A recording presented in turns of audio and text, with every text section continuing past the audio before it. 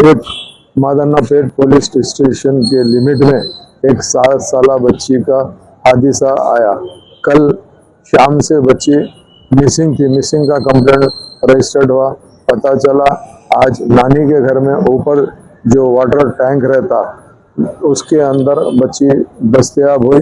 उसके हाथों और पैर बंधे हुए थे, जिसके लिए इमीडिएट जो मिसिंग को कट करके मर्डर केस रजिस्टर्ड किया गया। मैं आके अभी एसीपी साहब से और मादन्नापेट इंस्पेक्टर साहब से सबसे मुलाकात किया हूं और मैं कहा हूं कि भाई थरो स्टडी होना इस केस की ज़रूरी है, क्योंकि मासूम बच्ची की ज़िंदगी थी। किस लिए हुआ, क्यों हुआ, कोई भी रहने दीजिए, कातिलों को सज़ा देना चाहिए, क्योंकि मासूम बच्ची के साथ ये हादसा हुआ। जैसे ही इसकी इत्तला मिली, नकीब मिलत बैरिस्टर असदुद्दीन अवैसी साहब और हबीब मिलत अकबरुद्दीन अवैसी साहब के इंस्ट्रक्शन पे मैं मादन्नापेट पुलिस स्टेशन में आया हूँ। बच्ची का नाम सुमैया है। इंशाअल्लाह ताला जल्द से जल्द इन्वेस्टिगेशन करके जो भी खातिया हैं उनको सज़ा देने के लिए भरपूर कोशिश की जाएगी।